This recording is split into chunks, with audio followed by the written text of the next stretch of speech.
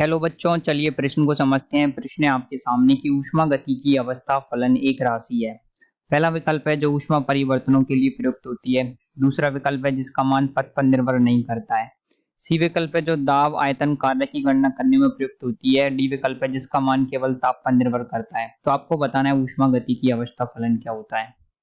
देखिए, ऊष्मागतिकी अवस्था फलन क्या होता है आपको बताना है। तो इस प्रश्न की जो मुख्य अवधारणा है वो ये है कि आपको पता होना चाहिए कि अवस्था फलन और क्या आपके जो पथ फलन है वो किस प्रकार की राशि होती है। तो मुख्य अवधारणा तो आपको पता होना चाहिए अवस्था फलन किस प्रकार की ऊष्मागतिकी राशि है। तो देखिए, मैं आप सभी की जानकारी के लिए बता देना चाहूंगा कि अवस्था फलन एक ऐसी ऊष्मागतिकीय राशि है जिसका मान क्या होता है, पथ पर निर्भर नहीं करता है। तो अवस्था फलन का जो मान है क्या है, पथ पर निर्भर नहीं करता है। पथ पर निर्भर नहीं करने वाली जो राशियां होती हैं उनको कहा जाता है आपके अवस्था फलन। इसका मान केवल जो पदार्थ की अवस्था होती है उस पर निर्भर करता है, इसका मान पथ पर निर्भर नहीं करता।